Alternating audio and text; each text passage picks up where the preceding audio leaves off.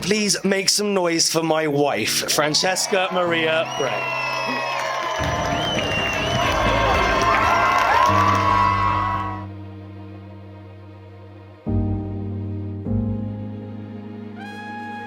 It's funny when two people meet who have both been the single ones in their friend groups for the best part of a decade. From everyone on the outside, I can speak for us both when I say it's been an amazing outpouring of love and support from everyone around us since day one. Definitely elements of relief as well. From the inside, from my side at least, it's been a wonderful education. So I thought today would be a good opportunity to tell you a few of the important things I've learned about Fran over the last couple of years. One of the first things I learned about Fran is that she is extremely determined. She never backs down from a challenge. It's something we both have in common. And as much as I will always view this as a positive trait, it has had a tendency to land us both in trouble, especially when competitive tequila shots are involved. Being so determined also means Fran does not mess about. So when she started flashing her ring finger at me at anything remotely to do with marriage came up, I knew she was serious.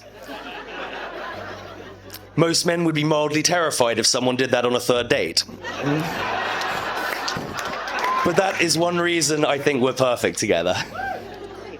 Another thing I learned about Fran very early on is that she is absolute comedy, intentionally and unintentionally. It's one of the aspects of Fran I love the most, and I can say with absolute certainty there hasn't been a day since we met that's been without laughter. Fran would, of course, label herself as a master of timing and wit, but it's always been the unintentional ones that have made me laugh the most. Just over a year ago, we also welcomed a small furry addition to our family, a little King Charles Cavalier named Louis. This is where I got my first glimpse of Fran's maternal instinct in action. The lesson I learned on his arrival was less about maternal instincts, though, and more about my relegation to the third most important member of the household. Still, coming home from work every day and spending the evening with those two has always and will always be my favourite part of the day. Oh, Min!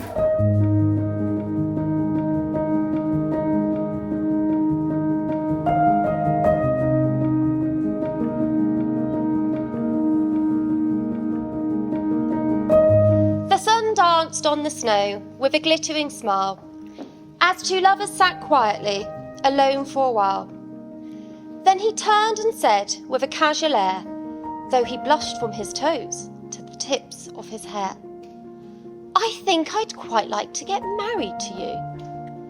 "Well then," she said, "well there's a thought. But what if we can't vow to be all that we ought? Can you promise me, say, you won't grumble and shout if I'm late yet again when we plan to go out? For I can't say that I'll learn to ignore dirty socks and damp towels strewn all over the floor. So if we can't promise to be all that we should, I'm not sure what to do, though the idea's quite good." But he gently smiled and tilted his head till his lips met her ear. Then softly he said, "I promise to weave my dreams into your own, that wherever you breathe shall be my heart's home. I promise that whether with rags or gold I am blessed, your smile is the jewel I shall treasure the best.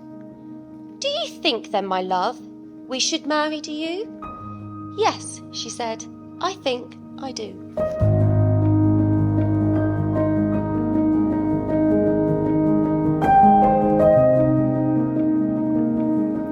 Fran, do you take Max to be your husband? Do you promise to respect, support and comfort him, and to remain true to him for the rest of your lives together? I do. I, Francesca Maria Murphy, I, Francesca Maria Murphy, take thee, Max William Bray, take thee, Max William Bray, to be my wedded husband. to be my wedded husband.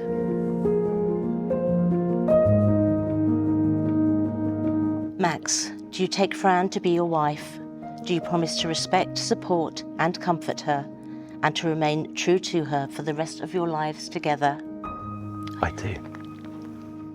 I, Max William Bray, I, Max William Bray, take thee, Francesca Maria Murphy, take thee, Francesca Maria Murphy, to be my wedded wife. to be my wedded wife.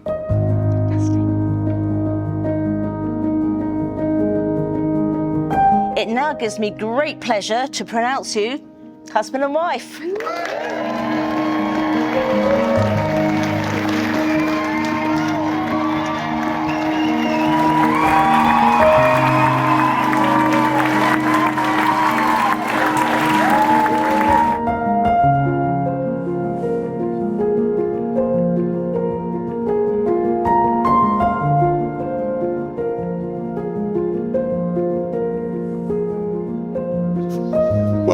Good evening, everybody, and again, a very, very special good evening to the brand new Mr. and Mrs. Bray.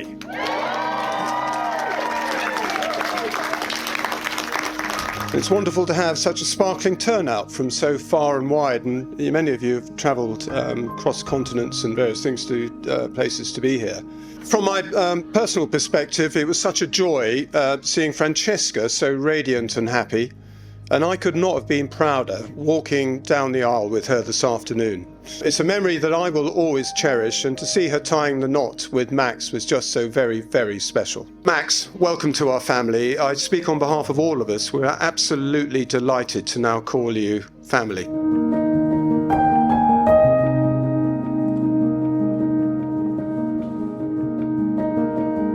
Max and I have known one another since we were around 4 years old, quite literally from the sandpit days of Homeward House School in Kent. This company makes him my oldest friend, and since then we have very much remained a big part of each other's lives, going on 30 plus years. I recall meeting Fran for the first time after only a few months of them seeing one another. The fact Max was introduced us to her so early on was because he knew he was onto something special. Max, you are my best friend, and always will be. Having someone in your life that is a constant, a comforting feature in your mind of familiarity, one where you can instantly recall a good moment together, one that you have already shared so much with, and one that you will always be there for you, is invaluable. Our friendship means the world to me. Fran, I hope you enjoyed growing old with him as much as I enjoyed growing up with him.